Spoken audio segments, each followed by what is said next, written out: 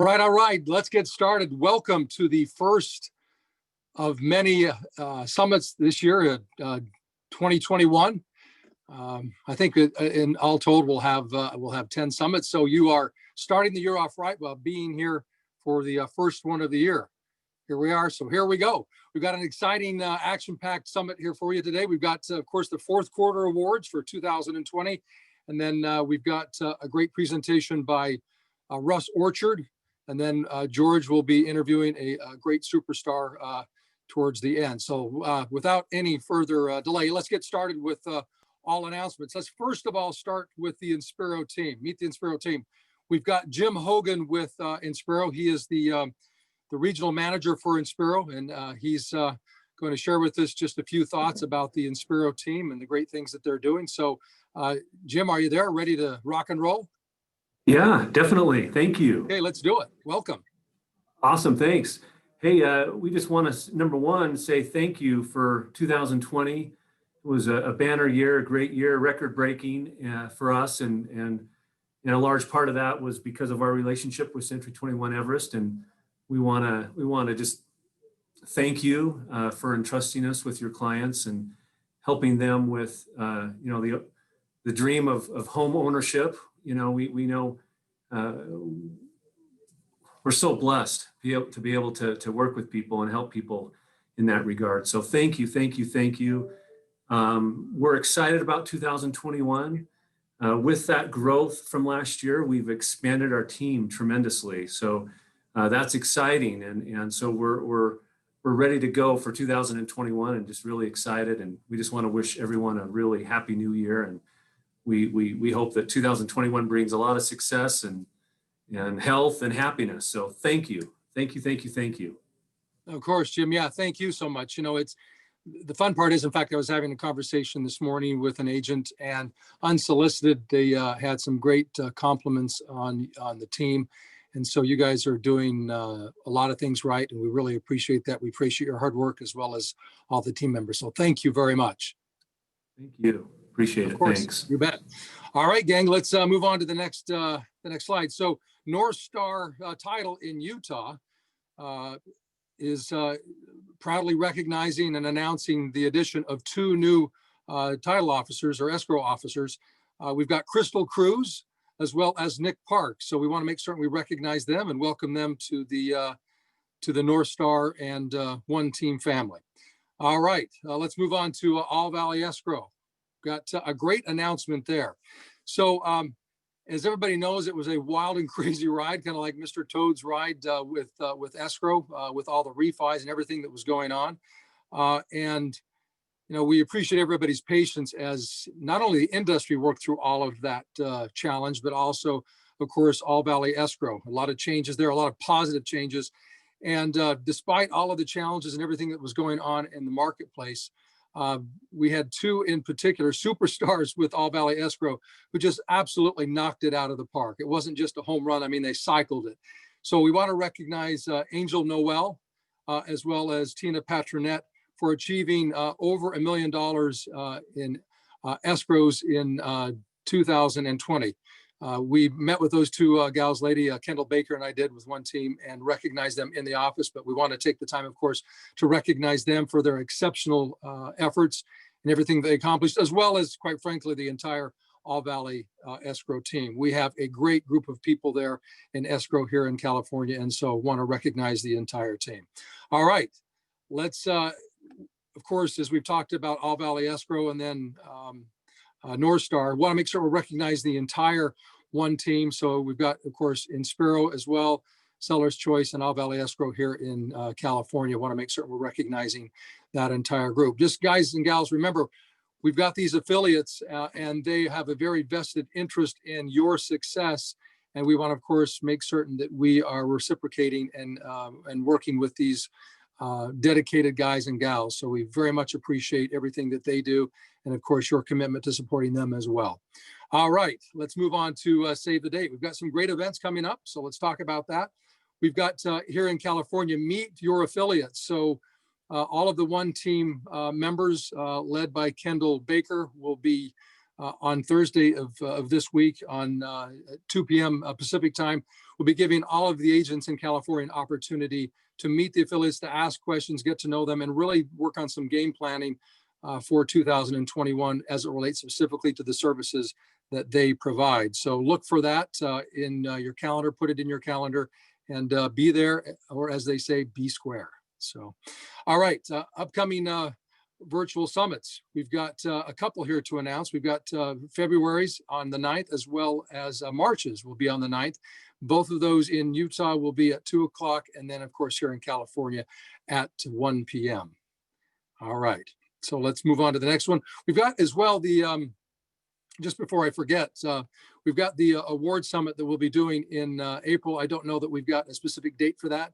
If we do, Danette, maybe you can put that in the chat line. But remember, kind of the granddaddy of all summits, we take the summit to recognize all of your great work that you and all the success that you realized in the previous year. So we'll be recognizing all annual award winners in April at the award summit. So look for the date on that. All right, the next event is Elevate 2020. That is an event that will be held on February 16th. Call Dylan Cooley at the number there you see on the slide at 801-707-2383. You'll also be receiving in the email a registration link, so you can register through your email through that link, or you can just simply give Dylan Cooley a call at 801-707-2383. If you've not attended an Elevate event, I would highly encourage you to do it. I can tell you that, especially the one that was held at the beginning of 2020, literally people were saying that it was not only just a game changer, but a life changer. There were a lot of happy tears, grateful tears that were shed at that event. These events are fantastic. So make certain you put that in your calendar, get registered, and be there. All right, let's move on to the next item on the list. All right, anniversaries. So let's talk about anniversaries. We've got those we need to recognize for their time and commitment and loyalty to Everest and the Everest family. We've got, first of all, Jesus Delgado for 5 years, Lou Tran also for 5 years. We've got our own Danette Gramp. Danette, congratulations, 5 years. Morgan Brown, 5 years, Jason Snell, Gaywin Dutson. We've got Melody Riggs White, and then Donna Ray. All of those folks have been with the Everest family for 5 years. So congratulations to all of them. All right, those who've been with Everest for 10 years, we've got Lisa Street, Vladimir Ribeiro, and Linda Berg. Congratulations to those three for their longevity, not only in the business, but with the Everest family. 15 years, we've got Karen Tody Rook. Congratulations, Karen, on 15 years. That is outstanding. Thank you so much. Now we're going to transition into the quarterly awards. We've got fourth quarter awards. So because these lists are exhaustive, guys and gals, forgive me, but I'm going to be looking down at my list rather than engaging you on camera here. But let's make certain that we take the time to recognize all of these amazing producers. We've got GCI over 25,000. Here we go. And this is listed in order of highest production to lowest. So these people are closest to getting to the next level of production. We've got Michael Brand, Anna Posadas, John Butterfield, Leslie Mitsuchi, Zachary Baker, Pete Delgado, Christine Tanner, Allison Brown, Cody and Martha Emery, Dan Andreezy, Lance Gummersall, Vicente Azarte, Y. Vasquez, Linda Berg, Brandon Plant, Kathleen Lem, Yuri Feldman, Bernadette Schneibel, Derek Bergstrom, Kyle and Tammy Jones, Josh Madsen, Steve Boynton, Alex Nickel, Tristan Hurd, Julie Alvarez, Austin Johnson, Lori Levinson, Linda Martinez, Jeff Hansen, Shay McGee, Lila Jessup, Tyler Belknap, Sterling Satterfield, Tyler Theobald, Phil Harvey, Tiffany Davidson, Mindy Daly, Ken Bell, Lillian Lobos, Brian and Samantha Zell. We've got Tia Bruns, Dan Brummer, Jill Wilson, Sherry Bird, Mark Apuna, Lourdes Brinton, Robbie Starr, Richard Breens, Mike Cottle, Casey Anderson, Elizabeth Everson, Deborah Tyhurst, Flavio Orlandini, Robert Widener, Galvin Lindeen. Excuse me, I know your name, Gavin. It's Gavin. Gavin Lindeen, Henry Robles. It's the reading glasses. Joe Lobdell, Rosie Wilcox, Sylvia Perkins, Brianna Burnett, Luxon DeBurrow, Heather Pappas, Kimberly Curnow, Bruce Bennett. Frank Lynn, June Foucault, David Walk, Christine Graham, Shayna Stanton, Angel Ruiz, Terry Taylor, Mike Harris, Joanne Ferguson Wodova,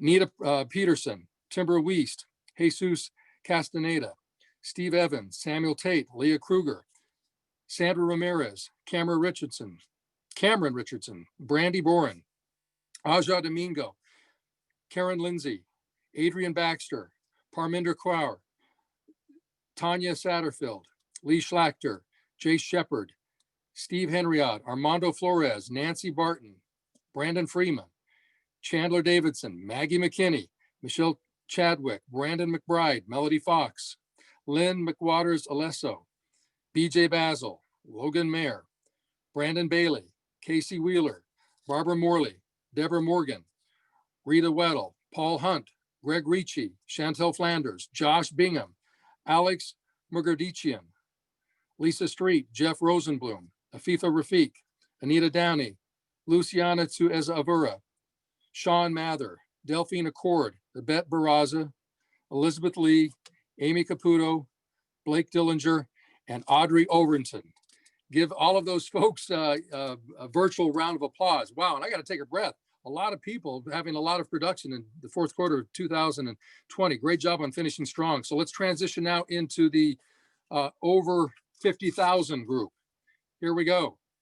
Wen Fernandez, Matt Salter, Trent Hyde, Jan Adams, Brandon Newell, Deborah Delaney, Evan Child, Karen Tody Rook, Dan Munch, Joanna Williams, Rebecca Reberg, Jesus Lingurin, Max and Kelly Estes, Brandon Lizondo, Brian and Ruth Ann Noel, Stuart Monteith, Rich Castleberry, Bryce Hanson, Brian McKinnon, Mike Gratlin, Abraham Pedraza, Maria Nolan, Richard Brown, Kurt Matz, Cynthia Aguilar, Drew Gingell, Jose Ruiz, Jason Snell, Darwin Wynn, Jason West, Curtis Perry, Pete Deredix, Darren and Heidi Castaigne, Brianne Steen, Stephanie Barnes, Isabel Delgado, Dale King, Jeremy and Chris Fitzgerald, Steve Schoonover, Jeff Riggs, Walter Trujillo, Adam Derfler, Keith Munden, Anissa Orsini, Heather Hartman, Lisa Morrison, Jenny Dodge, Phil Hendricks, Sherry Peck, Ken Wallace,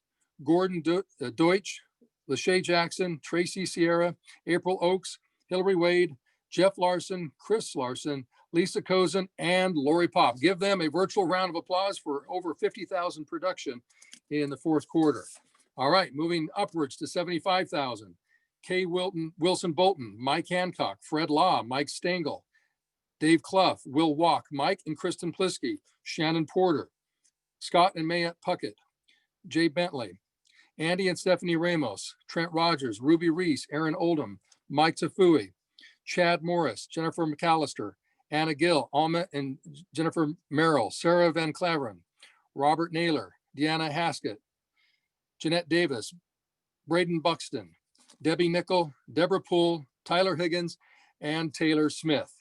Congratulations to all of you. That is amazing. $75,000 in one quarter. And just to up the ante, here we go. GCI over 100,000, Aaron Christensen, Carlin Bedwell, Sandy Rudder, Boyd Ennis, Josh Johnson, Brenda Lee Jones, John Hunter, Charlie Araguin, Ken Gretsch, Veronica Salazar, Aaron Richardson, and Heather Mercer. Congratulations to those folks for over $100,000. Here we go, 125,000.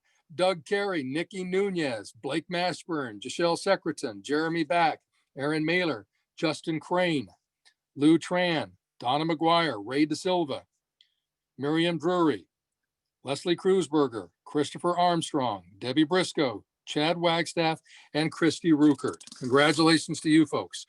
All right, getting to be more exclusive. GCI over $150,000. Jessica Terry, Andrea Roeder, and Brett Belknap. Congratulations to you three. That is absolutely outstanding. GCI over 175,000. Wow. Debbie Curran, Amy Clark, and Judy Lewicki, 175 grand in the fourth quarter of 2020. Congratulations. GCI over 200,000. Dave Parker, Kathleen Bruno, and Austin Kells. give all of those folks a virtual round of applause. And then GCI over $225,000. This is amazing. I don't know that we've seen Amber at this level before. Congratulations, Amber. Absolutely outstanding. Amber Milton at $225,000 and Justin Udy at $225,000 in the fourth quarter. And then in her own category, she's created her own category, GCI over $300,000, Trisha Perez. Congratulations, Trisha Perez. And then another person who's decided to create his own category, GCI over $525,000, Mr. Brian Burnett. Brian, congratulations on an amazing fourth quarter. Absolutely fantastic. And then the elite of the elite club here, and the highest, second to the highest production for the fourth quarter is GCI over 700,000, Tina Hare. Congratulations, Tina Hare. And then GCI over $750,000, Miss Debbie Gates. Congratulations, Debbie Gates. Wow, amazing. Guys and gals, let's just recognize and give congratulations to all of those who were award winners in the fourth quarter. And you know, whether you appeared in the fourth quarter as an award winner or not, we all get the opportunity to start from zero in the first quarter of 2021. So we're off and ready to rock and roll. And to help us get ready to rock and roll, our next step is to bring in a great speaker and a great mentor and a great teacher within the organization, Mr. Russell Orchard. So Russ, take it away. All right, guys. Hey, I'm excited to get to be with you. And wow, that is so awesome. Congratulations to all of the award winners there. That is just amazing production. You know, I remember the first time I went to one of the summits here at Everest, and I saw that people were making $300,000, $400,000, $500,000, and now we're up to $750,000. And in fact, I think last quarter, Brian Burnett did that as well. But I remember the first time going and seeing that, and I leaned over to whoever it was I was sitting next to. And I remember I asked them, was that for the year? And they said, no, that was just for the quarter. And I was like, holy cow, they did that much in a quarter. So congratulations to you guys. That is phenomenal. I'm excited for what you have done in your business. And I'm excited to get to share some things with you guys today. So thank you. I appreciate that people have stayed on as I watched the number of participants here. So I remember speaking last year down, and this was actually almost a year ago, at the 121 event in down in LA. And one of the things that I always judge on how well I'm doing on a presentation is, are people getting up and leaving the room? And as I stood there down in LA, and this was just a month before COVID hit, I watched as very few people left. So I'm going to put that same pressure on myself to deliver something to you at a level that you don't say, well, I heard about the award winners, now I'm going to jump off and leave and go do something else. So I'm planning to give you something good, and thank you for being with me. Here's what I want to talk about with you. You saw that what was advertised was that I was going to be talking about lead generation. Now, as we talk about lead generation, I can't help but really stopping first. And I'm going to give you guys actually a really good idea. As you are fully aware, our inventory in Utah and in California is at record low amounts of inventory. So what that means for you and I is, if we can go get a listing, we are going to make some money. So I'm going to share with you an idea that you could use starting this week to go out and generate some listings. If I could tell you, hey, I know who's going to be listing their home in the next little while, and I'm going to share that with you, you would probably want to know about that. Now, unfortunately, I'm not going to be able to tell you the exact address, but I'm going to give you some ideas that are going to lead you to those people. So that's what I plan to share with you today as I go through and talk with you about what I want to talk about. But before we do that, I first have to just land on that there's three things that I'm going to share with you today. So as we go through this, some of the things that you may want to take some notes on, this would be the first one. When you are prospecting, or we are doing any type of a lead generation, so think of it that way. Ultimately, when we say lead generation, is just kind of a softer way of saying prospecting. So I'm going to bounce back and forth between saying prospecting and I'll also say lead generation.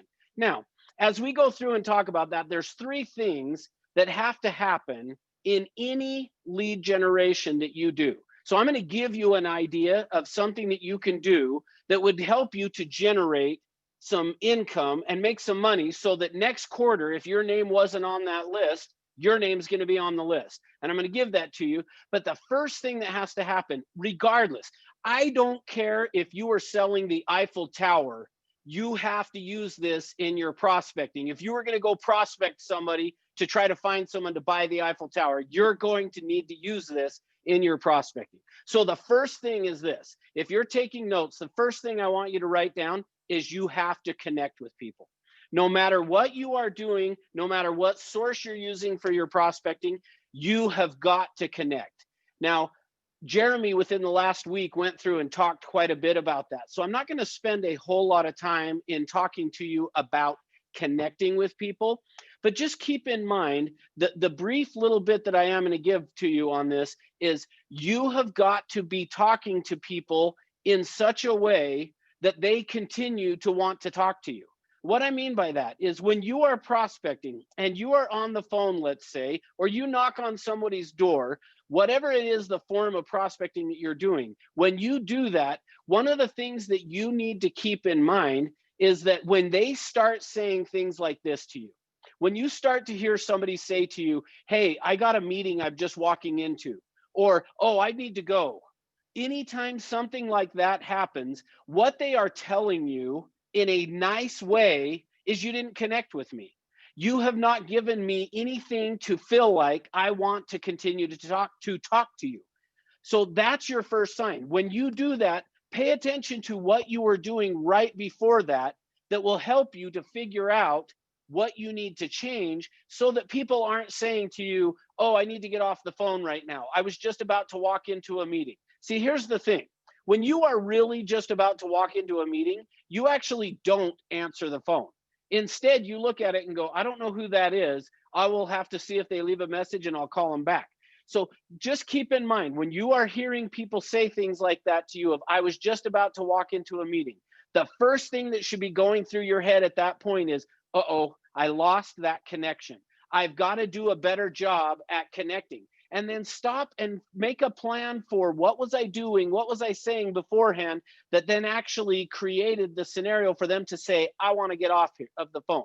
Now, I'll give you some ideas of typically what it is. Typically when that happens is because we are trying to connect in such a way that is not important to them. And what I mean by that is we try to connect by saying, oh, I did that too. Oh, I'm from that area. We do something like that. We will say, let me tell you about me. See, people are not too concerned about you, especially if it's somebody that doesn't know you. But if you will take the time to ask questions about them, be curious about them, then they're going to be excited and want to keep talking to you.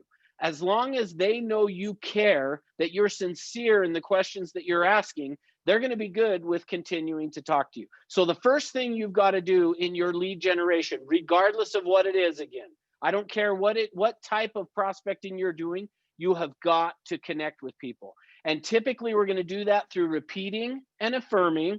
And in fact, I actually was watching a video this week that was by the guy that wrote Never Split the Difference, Chris Voss.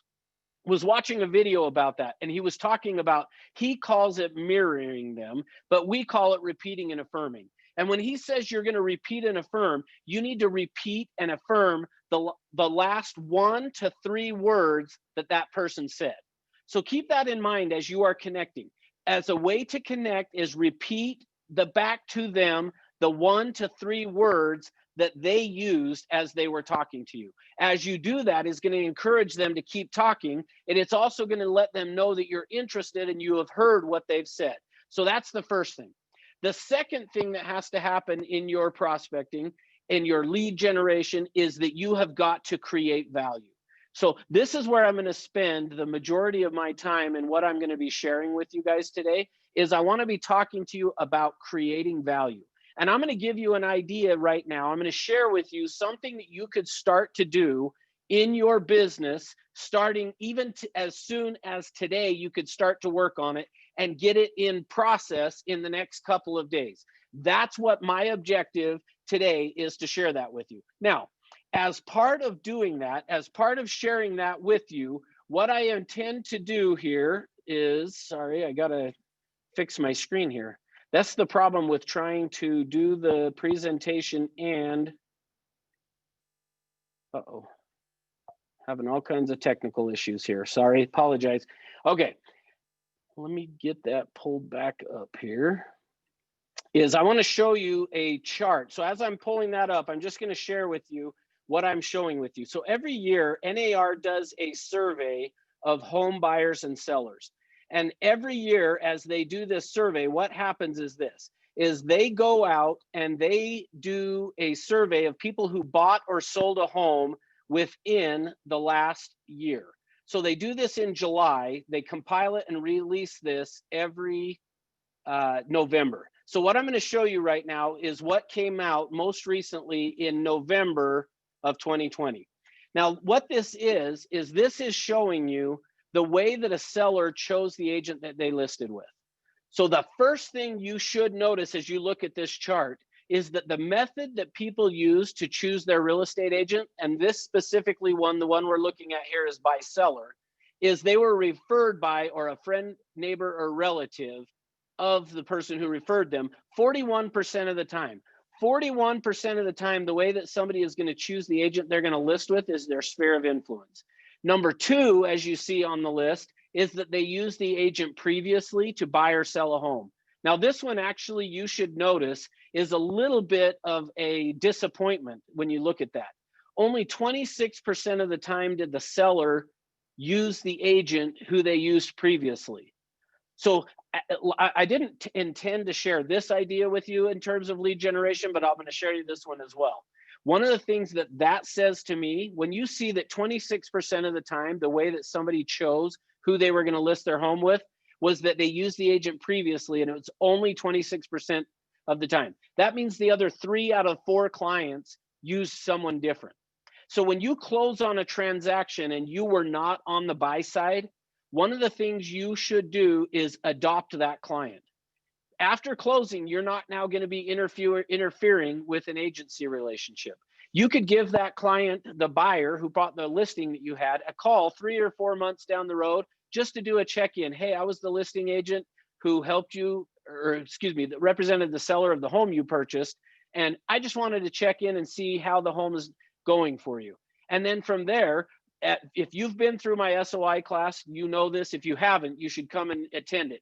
Because what you want to say to them then is, I have a select group of people that I stay in touch with about real estate, and I'd like to add you to that list. See, that's the adoption of that client, because 3 out of 4 times, they're not going to use the agent again.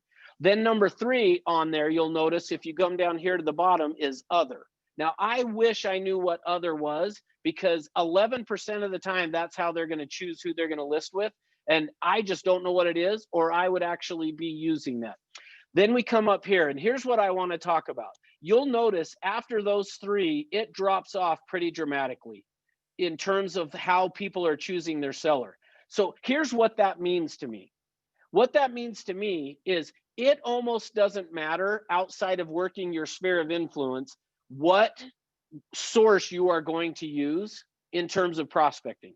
Whether it's for sale by owners, it's expired, it's door knocking, whatever, it almost doesn't matter what you use. But the key thing is you need to be working your sphere of influence, and you should have 1 or 2 other ways. So I'm going to give you an idea of one of the ways. Now you'll notice on here that this shows 4% of the time came from personal contact.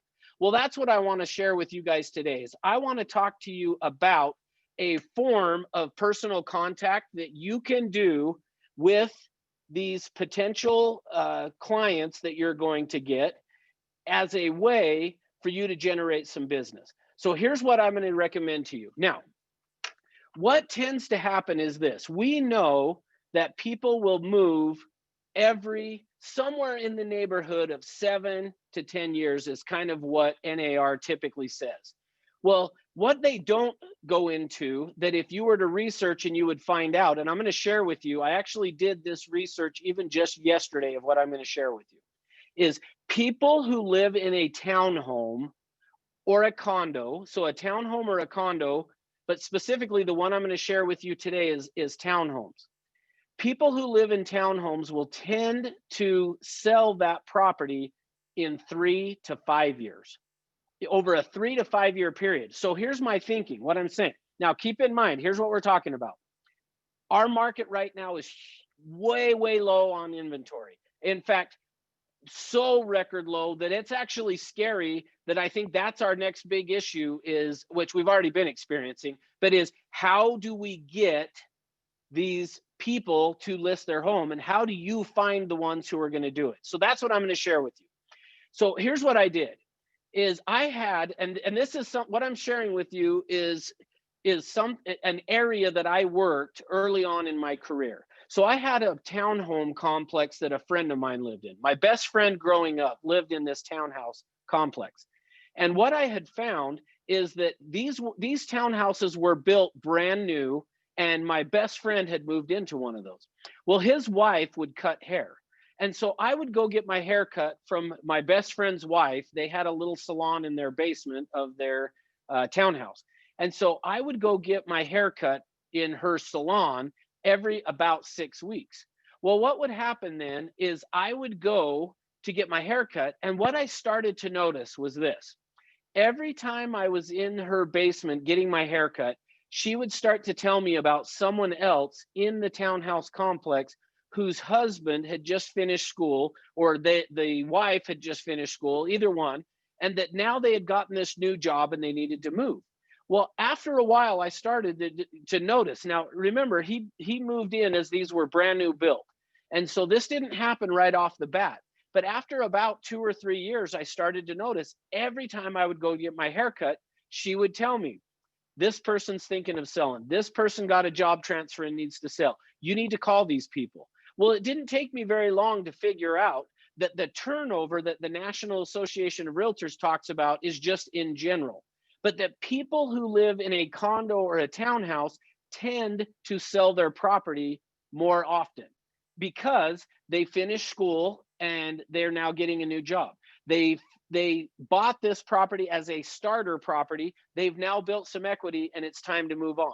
Now, here's part of why I'm bringing this up to you guys today as part of our summit that we're talking about, is because Lawrence Yun forecasted at the Salt Lake Board of Realtors, for you guys that are in California, I'm assuming you know the name Lawrence Yun, but he's the National Association of Realtors economist. And he every year does a little segment at our forecast breakfast that they do for the Wasatch Front, so for Salt Lake. And one of the things they talked about is that the greatest return on value over this next year is going to come to people who are living in townhomes and condos because they're the most affordable. So here's what I'm saying to you. What we know is over this year, those people who are living there are going to get some good equity, and they're going to now want to take that equity, get out of that townhouse and move into a different property. And so I'm going to recommend to you that you go through this process that I'm going to share with you. And here's what it is. I would recommend identify at least one complex, whether it's condos or townhouses, and you can identify more than one if you want, but identify one. And then what you want to do is this: go back in the MLS, do a search, and what I want you to pull up is the properties that have sold in that area of that townhouse complex or of that condo complex. And what you're going to want to do then, I'm going to pull it up here and show you what this looks like. And I apologize, this is again where I'm trying to do my own tech as I do this to you. Okay, so what you're going to want to do is pull up and show on the MLS. Now, I have printed this to where it shows presented by and has my name.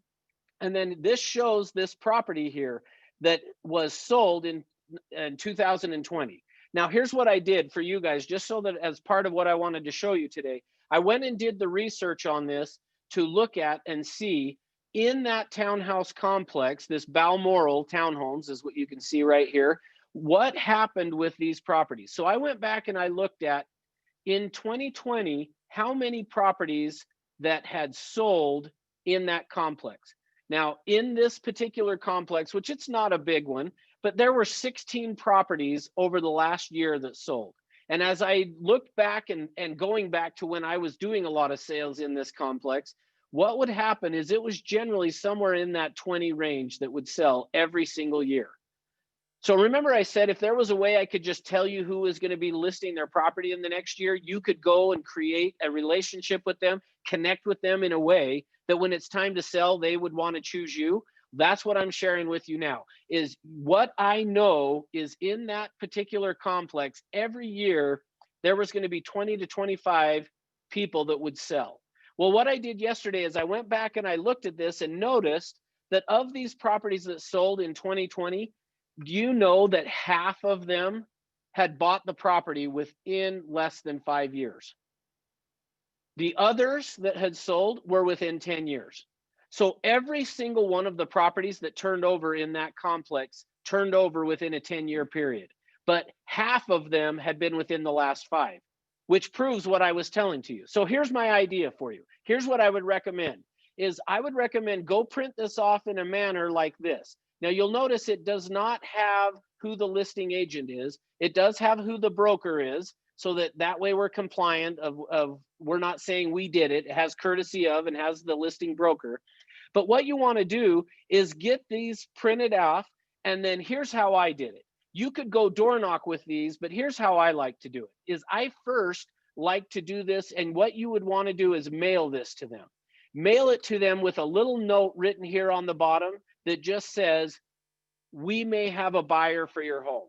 Now, typically that's how I would recommend wording it. We may have a buyer for your home, we meaning our brokerage. But in today's market, you could almost say we have a buyer, because I could guarantee you if you go list the property, we've got a buyer for it. Someone within our brokerage would have a buyer for that property. But nonetheless, you can say we have a buyer we may have a buyer for your property, and then send it to them. Now, the reason you want to do that is they're going to get this printout. Now, granted, I'm showing you the 2020, but you would want to send them the one from 2015 or 17 or 18, whatever it is, showing them that, hey, this is your property. They are more likely to look at this when they notice it is their property that this sheet is showing them. They're going to then see that and notice the sold price. What you're doing is kind of in a subtle way letting them know that you've got equity in your property. Now, once you have sent this letter, what you want to do then is you're either going to call them or you're going to go knock on the doors. Now, I'm not sure if you guys in California can start knocking yet, but once you can, that's my recommendation, is go knock on the doors, and you're going to want to say, I mailed you this printout about your property. We have buyers that want to buy inside this townhouse complex. Are you interested in selling, or who do you know in this complex that would be interested in selling?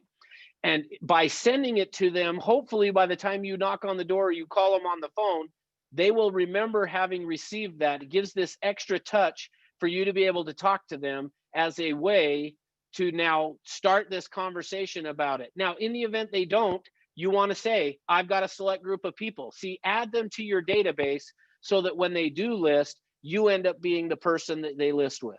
Now, one other thing that I want to show you real quick that's going to give a nice shout out to our sister company here of Inspiro. And that is this. On the back of that letter, on some Inspiro letterhead, you want to have something written in here similar to this. Dear homeowner, is this the time to make a move? Interest rates are at historic lows. See, what you would want to end up doing is, I had Phil Fiddler make this for me, but you want to create something like this that will either get them to refinance if they're not interested in selling, which would help out Inspiro, or that then gets them realizing interest rates are at historic lows. So partner up with your Inspiro loan officer. And I'm guessing that Phil would be okay sharing this with you, because I'm guessing that's the next question I'm going to get is, can I get a copy of that? But get with your Inspiro loan officer and have them type that up. The other good news about that is they can then help in paying for it. Now, I didn't ask them that, so Jim might come lynch me later for bringing that up, but they can help pay for that mailing going out to these people, because they're advertised on the back side of that paper that you're going to mail to them. And then you're following up to see, are they interested in selling their home? Here's what I will tell you. If you will go and do that, you are going to create value. Remember I said there's 3 things that you're going to have to do in order to get more business this year. Connect, which we already talked about. Number 2 is create value. You are creating value by showing them you are the market expert. Here's the other thing that I learned. Even though that paper on there says courtesy of and has the listing broker, the people assume you are the listing agent. So almost where I was saying you adopt a client, this is almost the listing adopts you as the listing agent by you advertising it that way. We are totally compliant by showing that courtesy of on there, but just what I learned, and I didn't intentionally do it this way, by the way, I just learned when I would go knocking on doors, the people started to think I'm the one who sold all those properties. They think I'm the one who did that, which is not a bad thing. And I would tell them if they said, oh, you were the listing agent? No, I wasn't the listing agent. But even saying that, they still assume that you were. All right, I can see I got 3 minutes left. So I'm going to just get to number 3 now. The third thing that you want to make sure that you are doing in terms of your lead generation, you got to connect, you got to create value. And then number 3 is you have to close. And here's where I'm going to leave it with you guys on this. There are only 5 ways in the English language that you can close. 5. If you say anything other than these 5, you did not close. So here's what I would recommend to you is there's 5 ways, and they are what time, which time, how soon, when, and where. So I'll say that again. What time, which time, how soon, when, and where. Those are the only 5 ways in the English language that you can close and ask for an appointment. Now, if you say something like what works better, afternoon or evening, then absolutely, by saying afternoon or evening is just another version of which time works better for you. So what time, which time, how soon, when, and where. If you say anything beyond that, if you say, is there a time we can get together? You're not asking for an appointment. If you say, can we get together? That's not asking for an appointment. You're tiptoeing around it. Instead, assume the close. See, you would never go home if you and your spouse, your significant other, were planning on going to a movie, but you hadn't identified a time. You would never go home and say, would you like to go to a movie? Instead, you would say, what time, which time, how soon, when, and where are we going? See, notice that. That's how it works. When we are prospecting, we should do the same thing.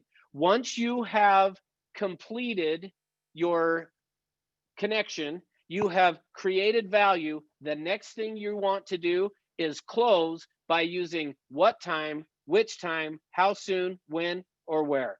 All right, guys. Thank you for being with me. I'm going to wrap it up here, but here's what I want to know is I want you to think about how many listings could you take this year if you were to go and implement that into your business?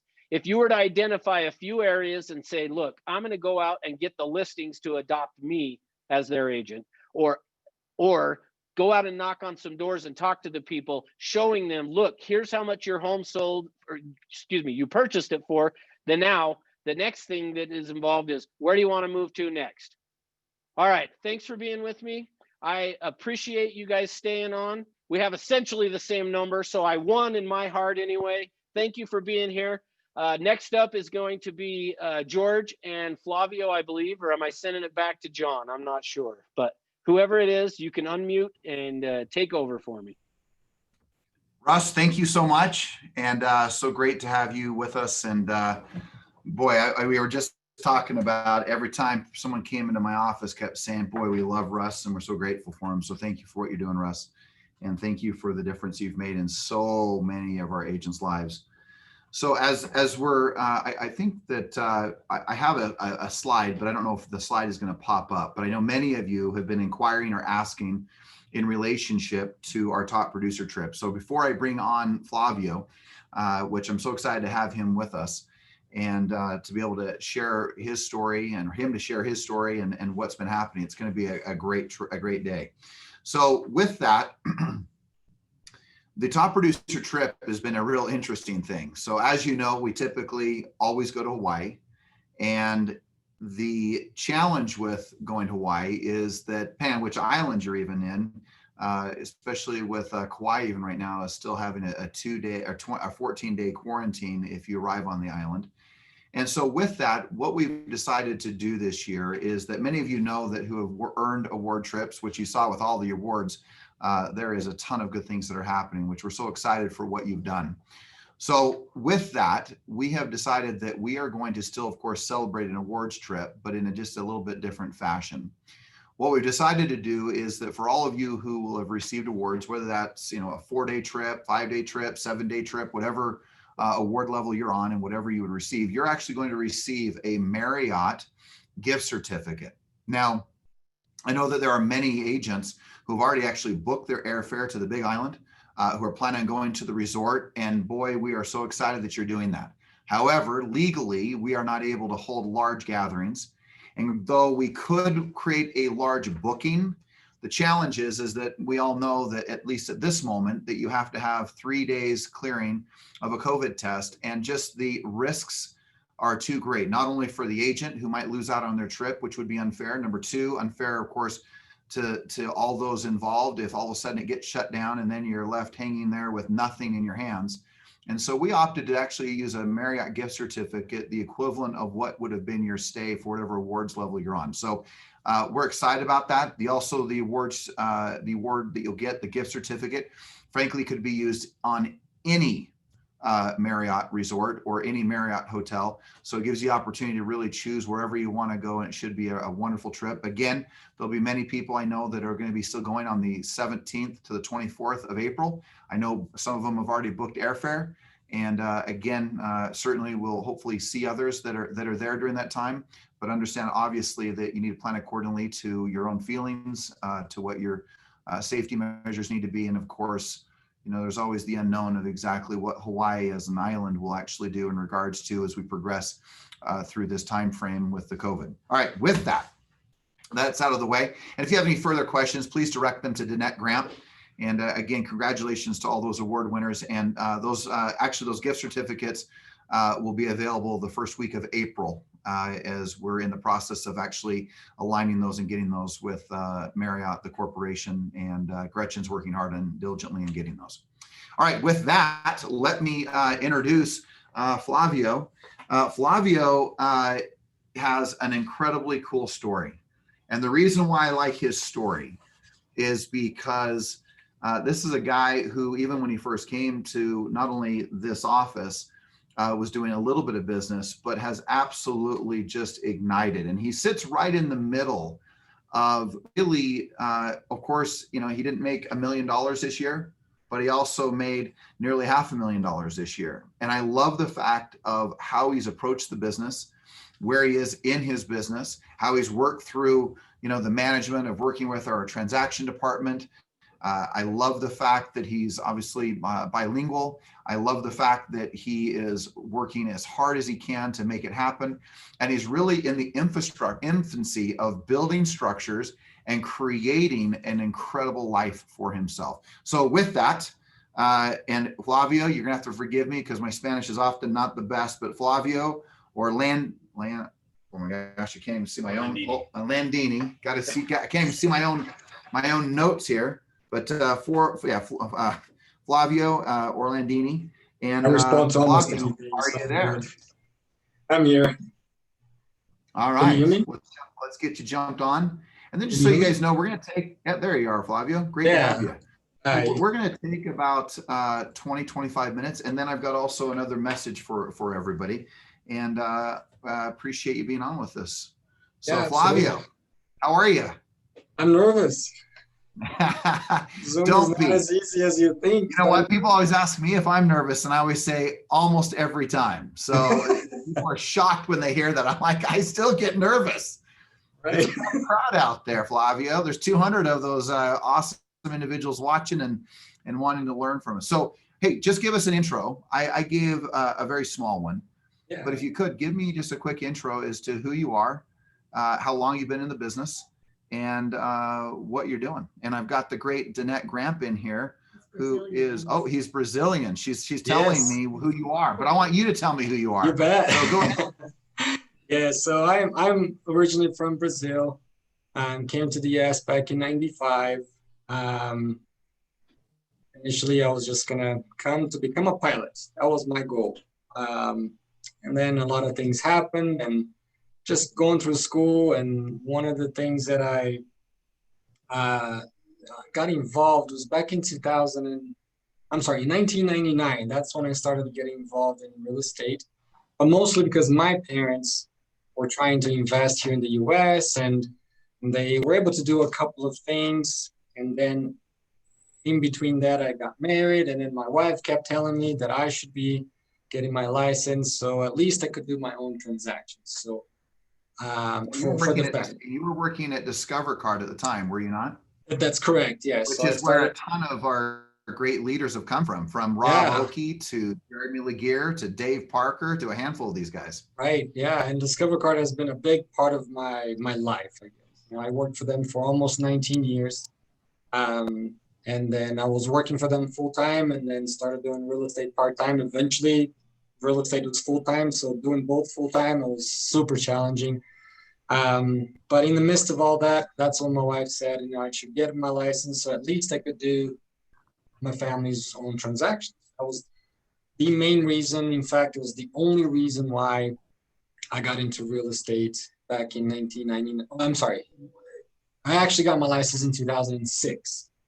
But you know, for those first 5, 6, 7 years, it was my wife, you know, eventually my wife telling me that I should get my license. So I got my license, helping my parents. My dad he's retired now, but he was a hairstylist.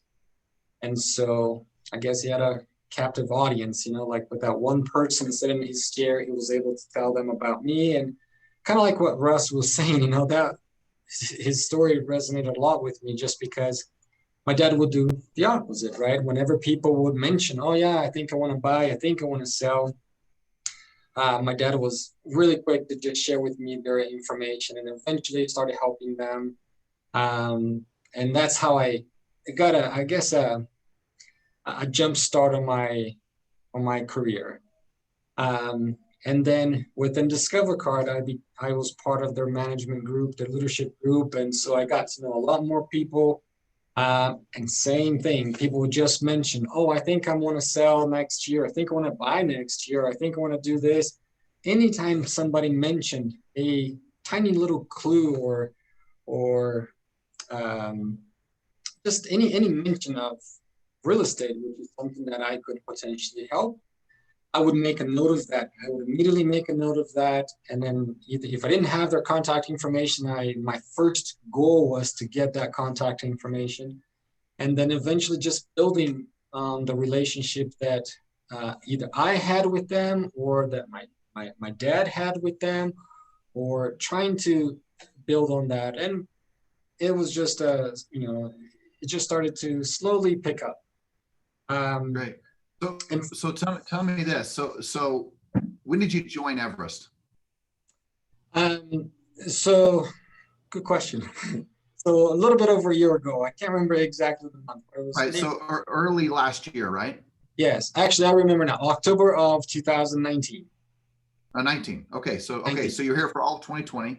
So just give us a perspective. How many homes did you sell this last year? Oh man, I hate that question because I never remember. But I think it was about 40 to 45. Yeah. I think it's 46, just to be exact. But okay.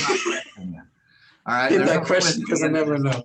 All right. And talk a little bit about your setup, like how your business is. Like when we first met, fair to say that you sold 46 homes, and basically aside from a TC, you were doing the majority of it. Is that fair to say? Right.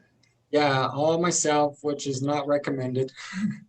And trying to keep up with my own little systems, and trying to keep up with my strategies and my goals, and obviously juggling life in general. It was not easy. Yeah, no question. Well, and frankly, it's fair to say that it was in the midst of kind of the panic of all that, going, holy cow. I mean, this is not a life. I mean, selling 40 plus homes a year and having really no infrastructure really to speak of, in the sense of how you're using the TCs, how you're, working, of course, with Ruby Batia, who is just an amazing manager. And just, you had some of those things, but you needed more.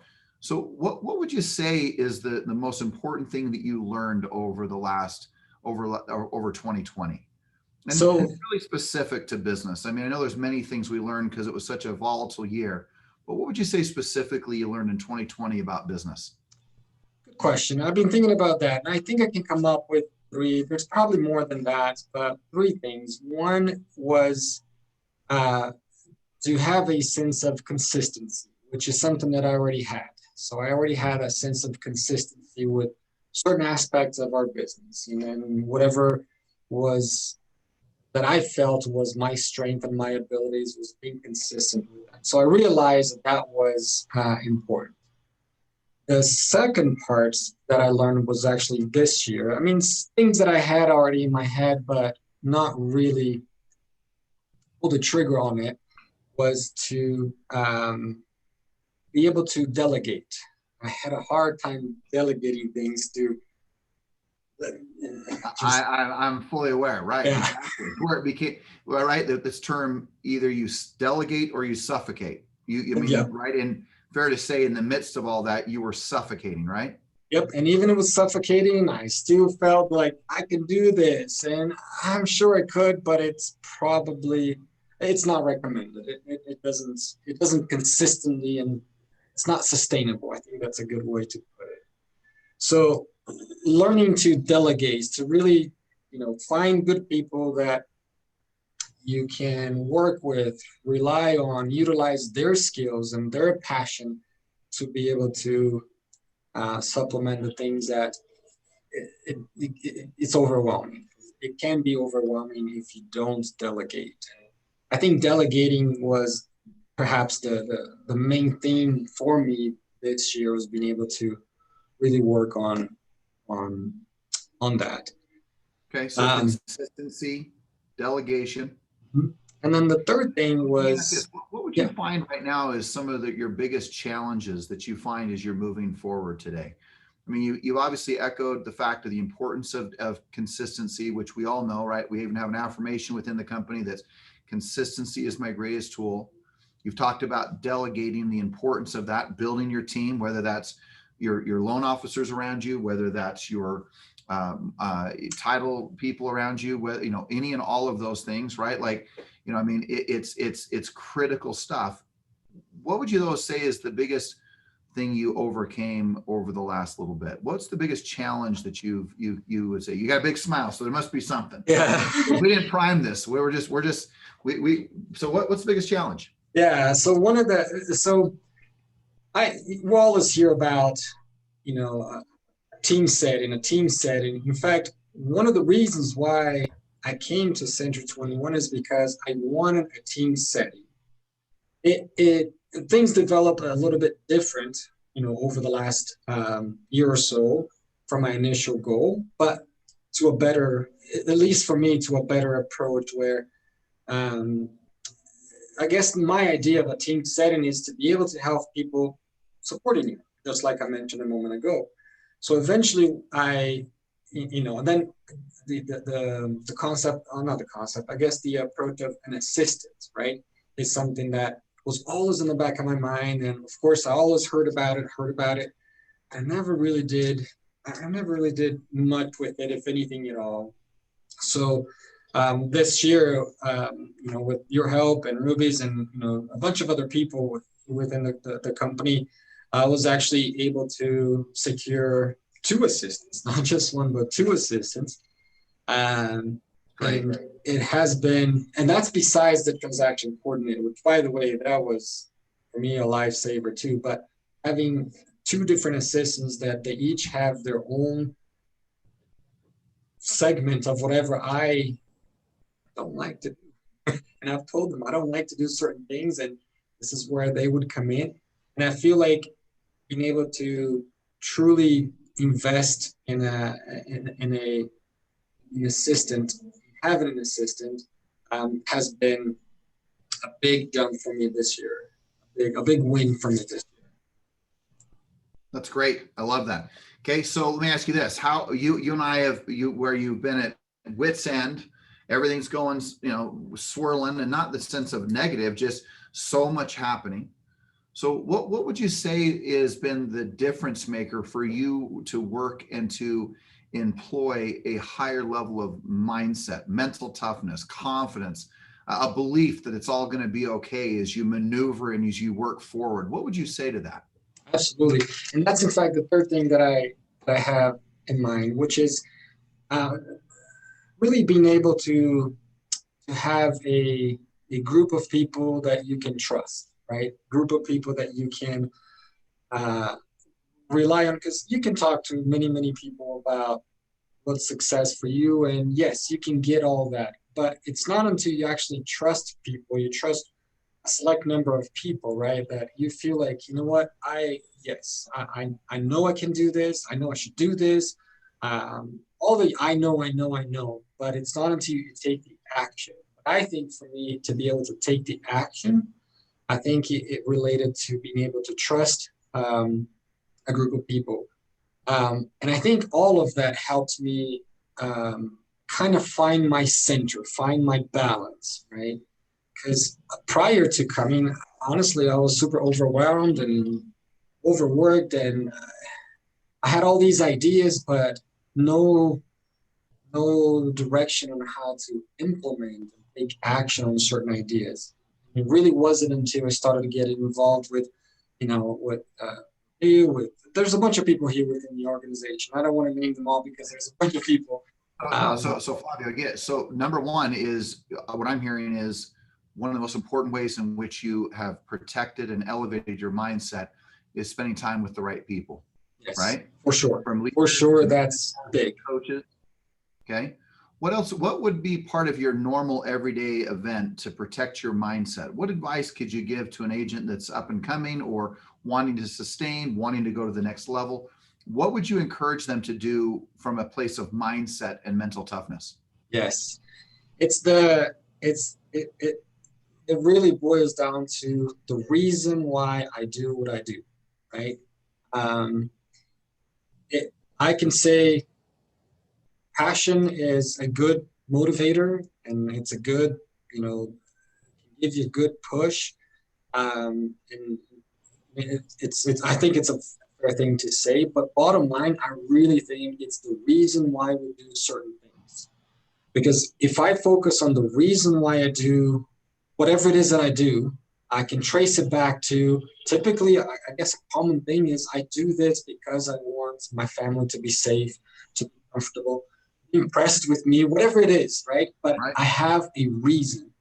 So if I focus on my reasons, I think that's the main thing for me that truly motivates me to do anything that I have to do on a daily basis, weekly basis, monthly basis, whether it's easy, hard, enjoyable or not. The reasons what I do, why I do what I do, is what really pushes me to and motivates me to be consistent and to try things and to even, I hope it doesn't sound wrong, but even to struggle, because we will struggle. It's part of life. But the reason why my family is my reason, which is what truly pushes me to do anything and everything.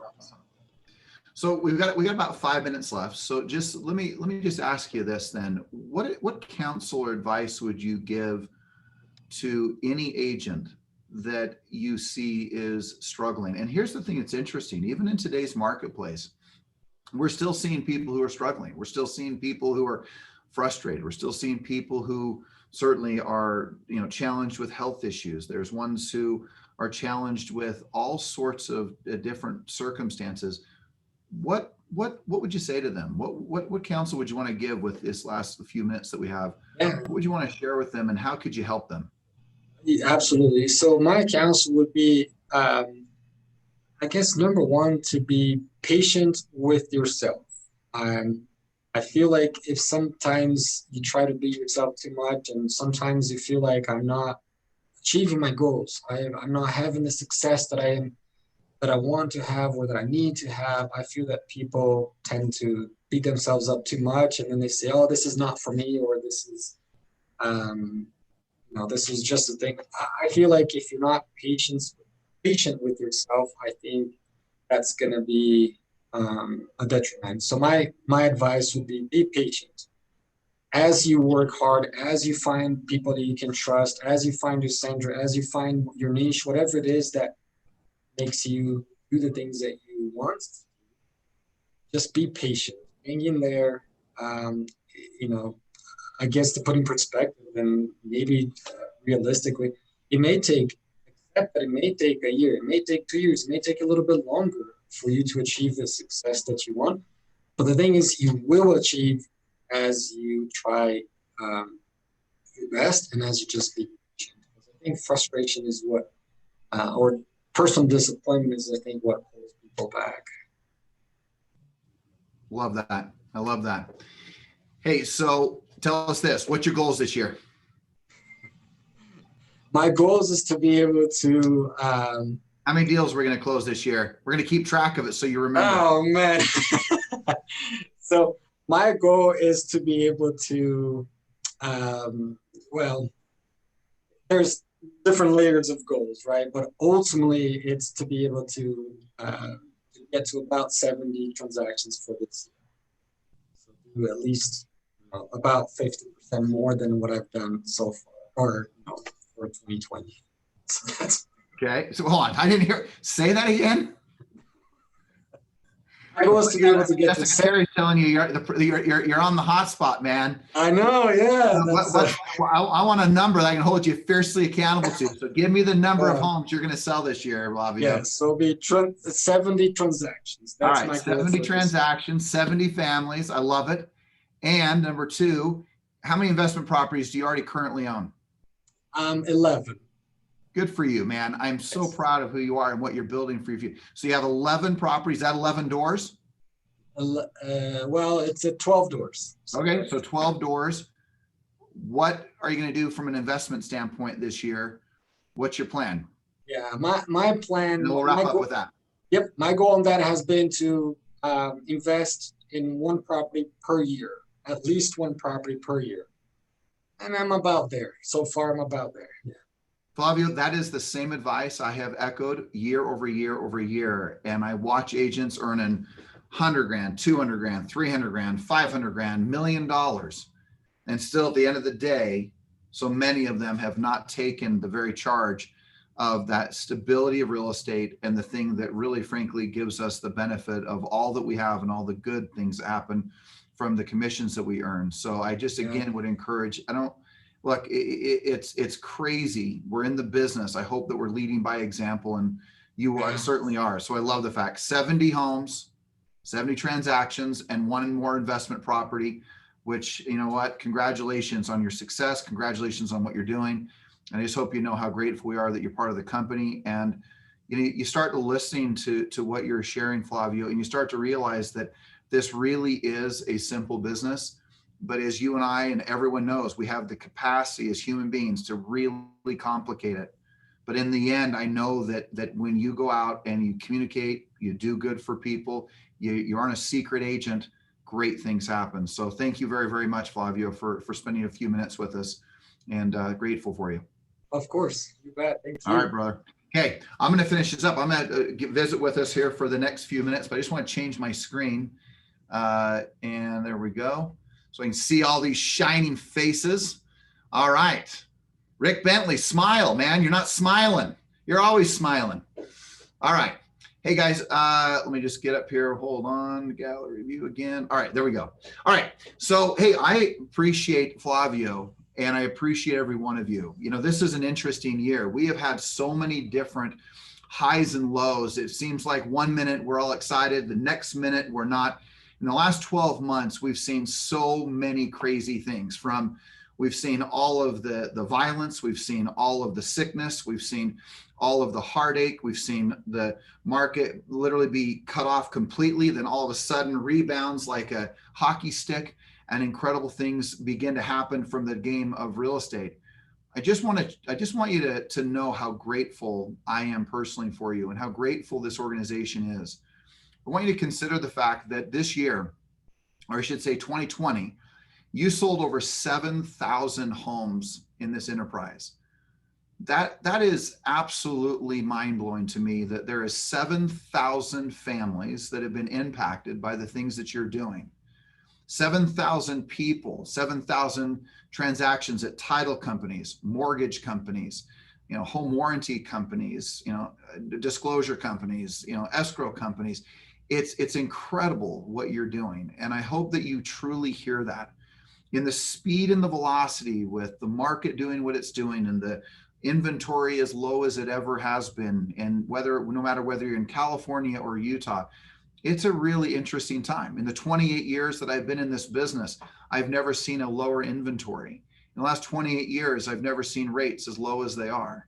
In the last 28 years, I've never seen such highs and lows in a given 12-month period of time like we saw in the last 12 months. So first and foremost, thank you. Second, many of you have had loss. Many of you have had sickness, affliction, challenges, health issues, economic issues, relationship issues.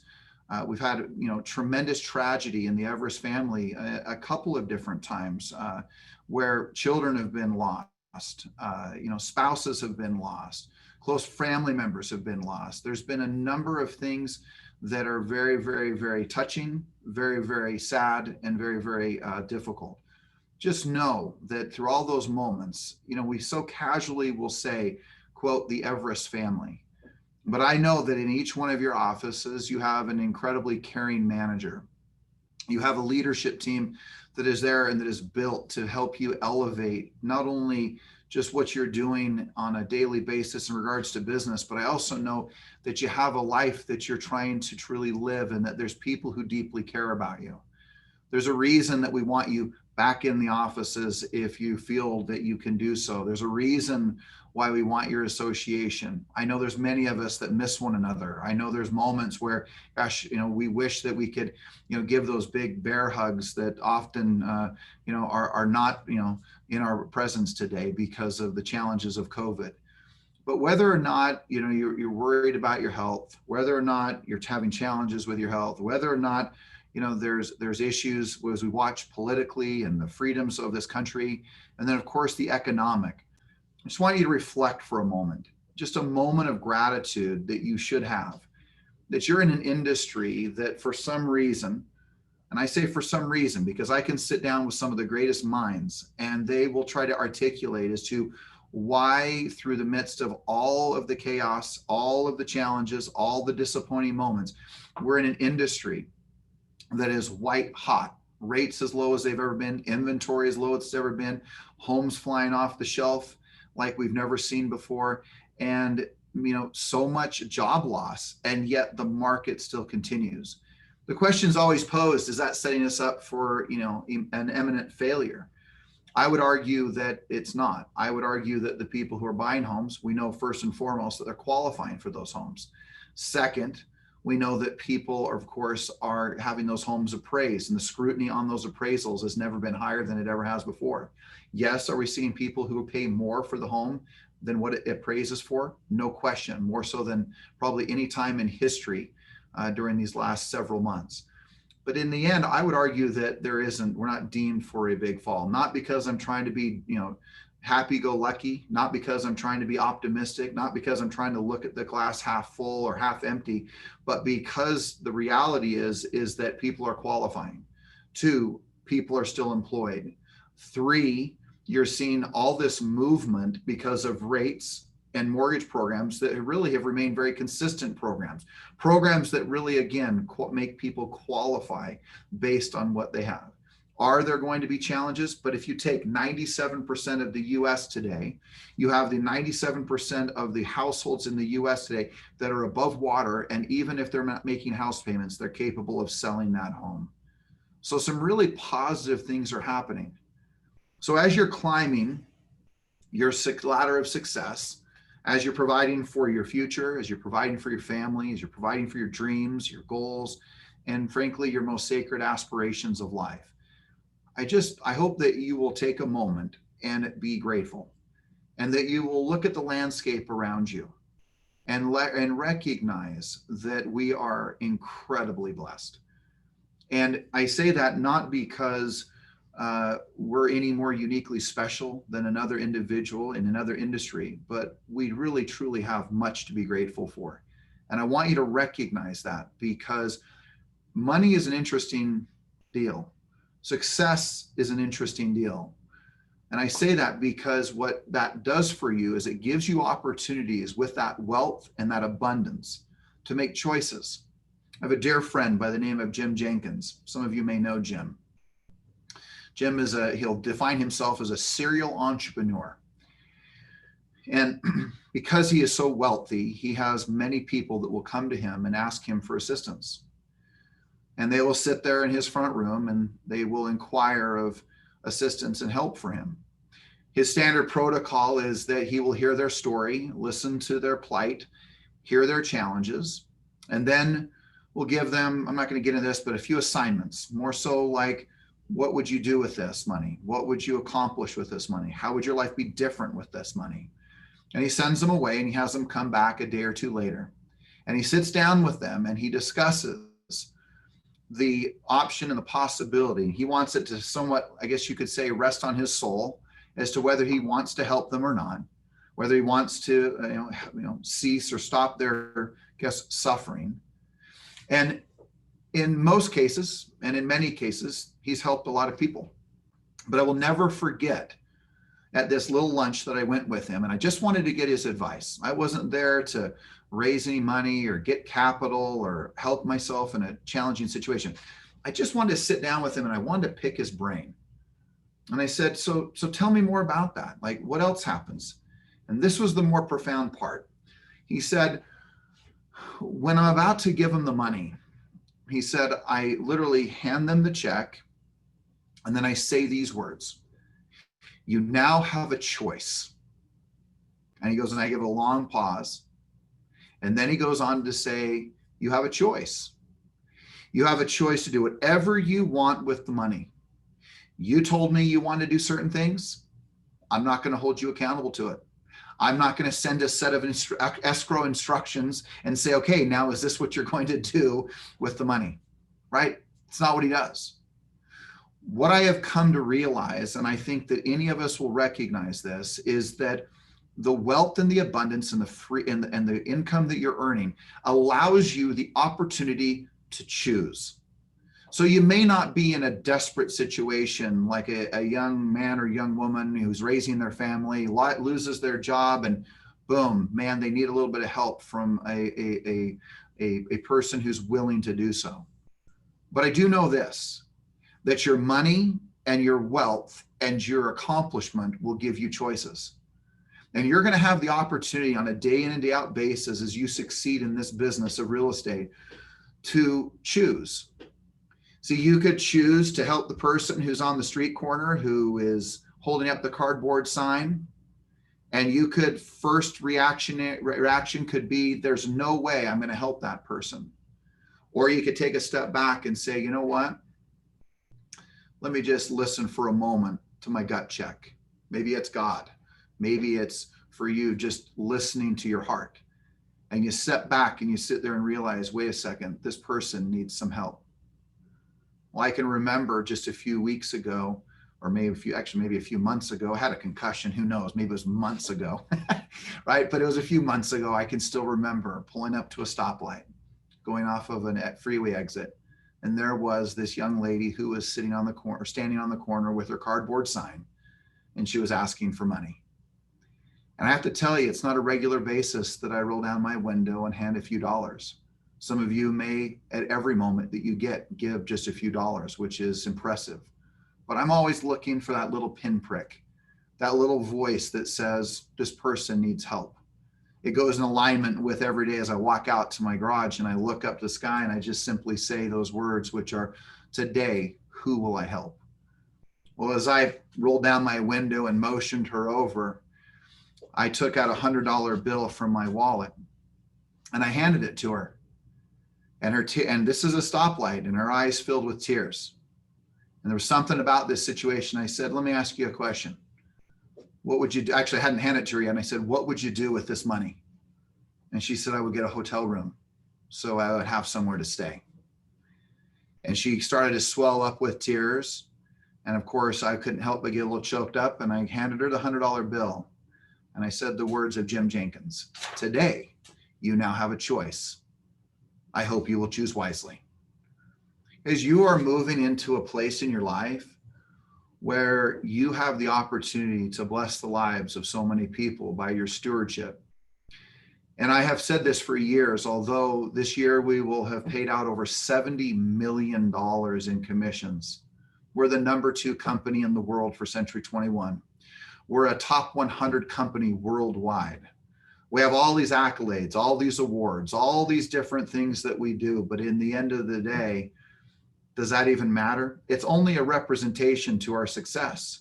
The real success will happen when no one's watching, when you feel that pinprick in your heart, that voice in your head that says, help this person. That voice that says it's time to stand up and go make a difference.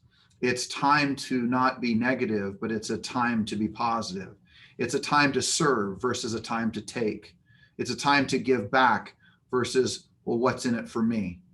These are moments where money gives you the opportunity. Your great successes give you the opportunity to be able to be more of who you really are.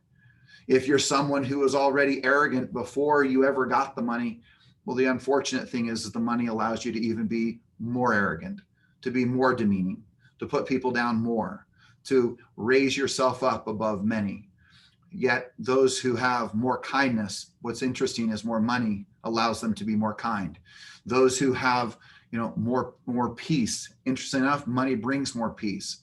Those who have a nature to want to give, to help, to serve, to make a difference. Interestingly enough, money allows more of that to occur. So as you reflect on your great gratitudes of 2020, and as you move forward in 2021, what I hope that you will recognize internally is that you were born to make a difference in so many different ways. And I hope that you recognize that although you may have all the wealth in the world, all the economic wealth, the greatest wealth that you will build will be the wealth that you build within yourself. The true treasures of your life will be who you become. And as you stand at the top of the mountain of success, I hope that you're not standing there alone, because what it means is that you cut down a lot of people and a lot of trees and a lot of stuff to get to that top. So just remember, again, as you become more, there comes with it a deeper responsibility. With it comes a deeper stewardship. And I challenge you, I challenge our entire organization to give more economically, give to the foundation, the Century 21 or the Everest Foundation, give to things and causes.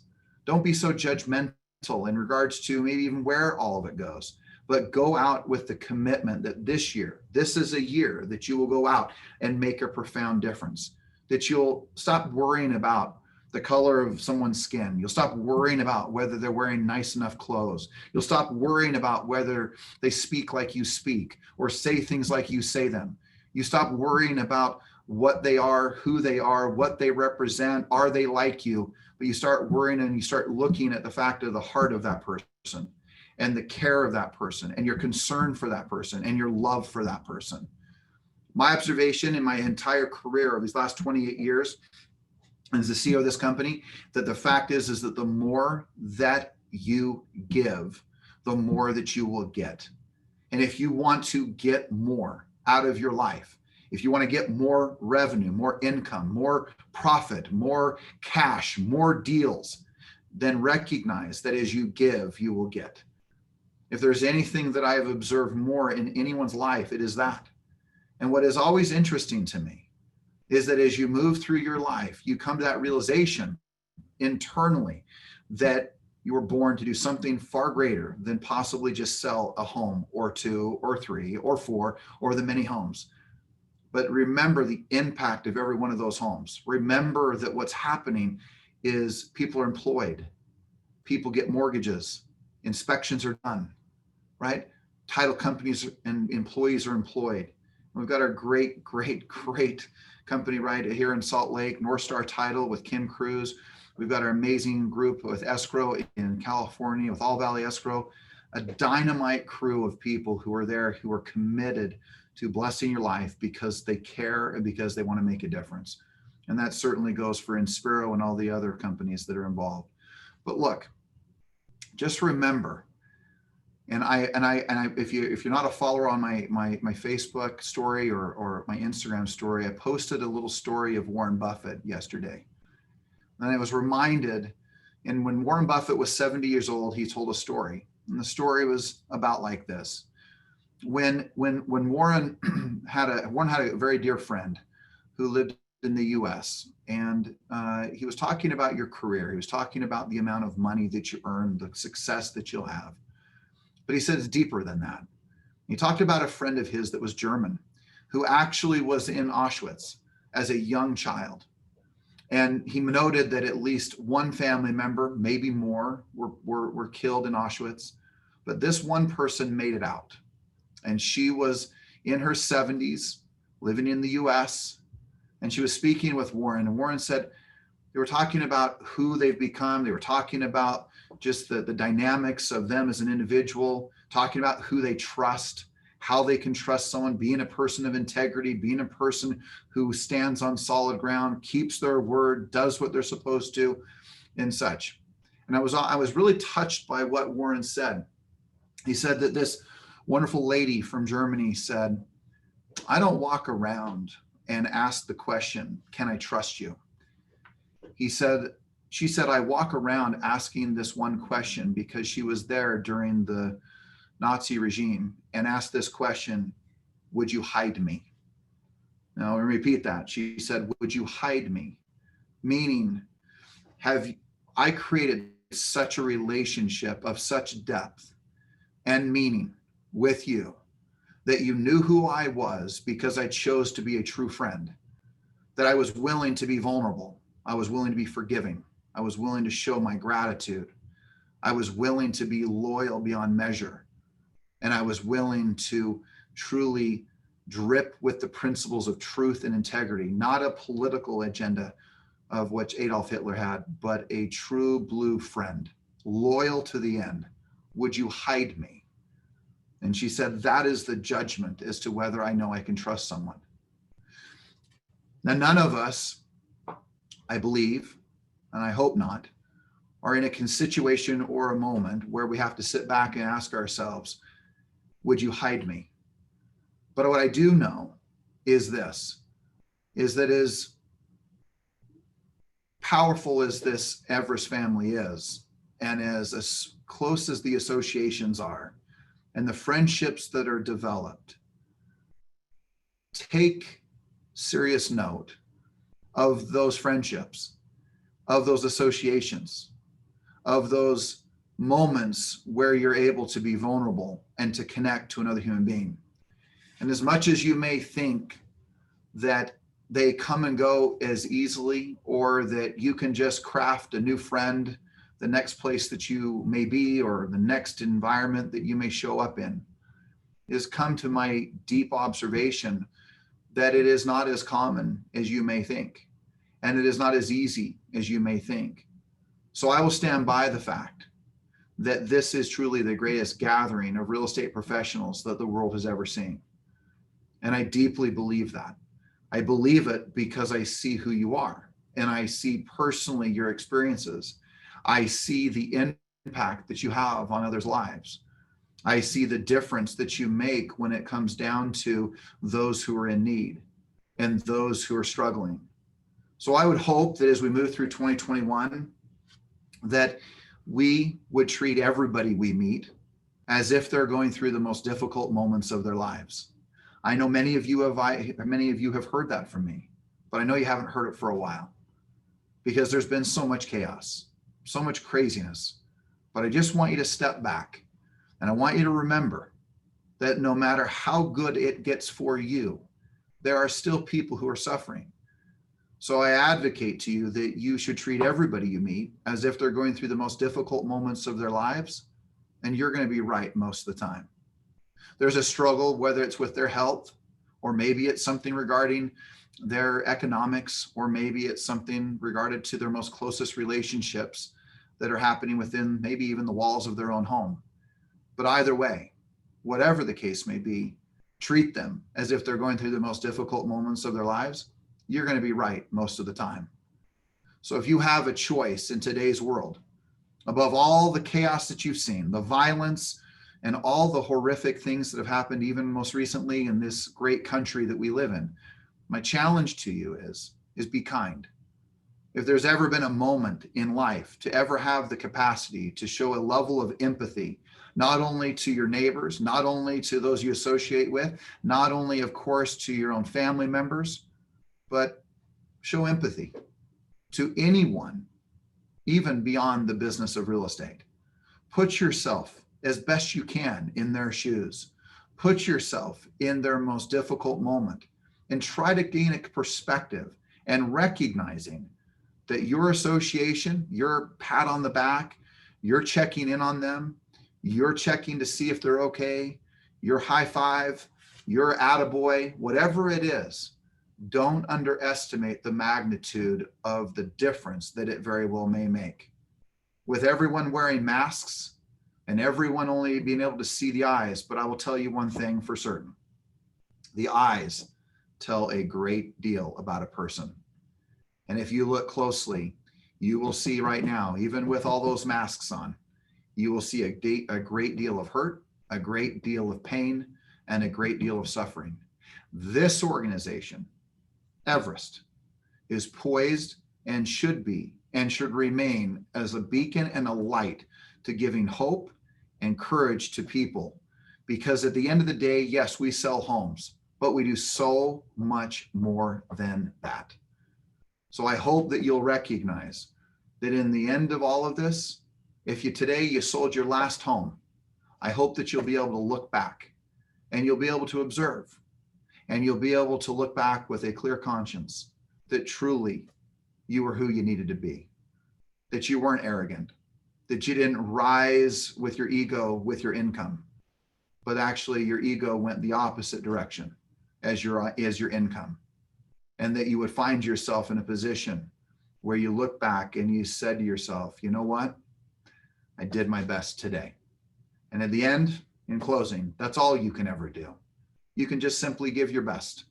You can be the best friend, the best spouse, the best agent, the best person in the community, right? The best person maybe at a local church. But the fact is that that's your challenge, to be your best.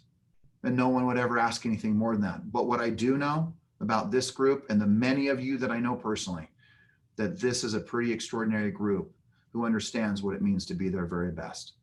So as we move into 2021, let's have an extraordinary year. Let's build, let's grow, let's excel in every arena. Turn off the news. Stop letting people impact you into the negative. Go out. If you're stuck in a funk, go serve, go give, go make a dinner for someone, go give them some money, maybe do something, rake some leaves, do something that makes a difference that maybe someone couldn't do for themselves. And that is where you will light up. And that is the difference that will happen. So remember, what is money? In its most simple terms, I often ask in any coaching session, what's important about money? I will close with this: freedom, the freedom to choose. And always the choice is yours. The choice is yours as you excel. So choose wisely, because you have a great stewardship ahead, and you have a great life ahead, and you have a beautiful life that awaits you as you become more, serve more, give more, develop more, grow more, and ultimately that's the path for ultimate happiness. With that, hey guys, we got to wrap up. But again, I want you to know how grateful I am for you. Care so much for all of you. And we are also grateful for you as an agent, grateful for our leadership team and all of the administrators who certainly, behind the scenes, you may not even see, who pay the price, who cut your checks to who and whatever else they do that sometimes I don't even know. But boy, we have much to be grateful for those who serve us. And with that, I'll leave you. Have an extraordinary week. Have a great month. Have a great start to the new year. Don't be discouraged.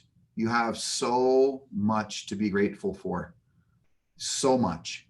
So go for it. Let this year be the best year you have ever had.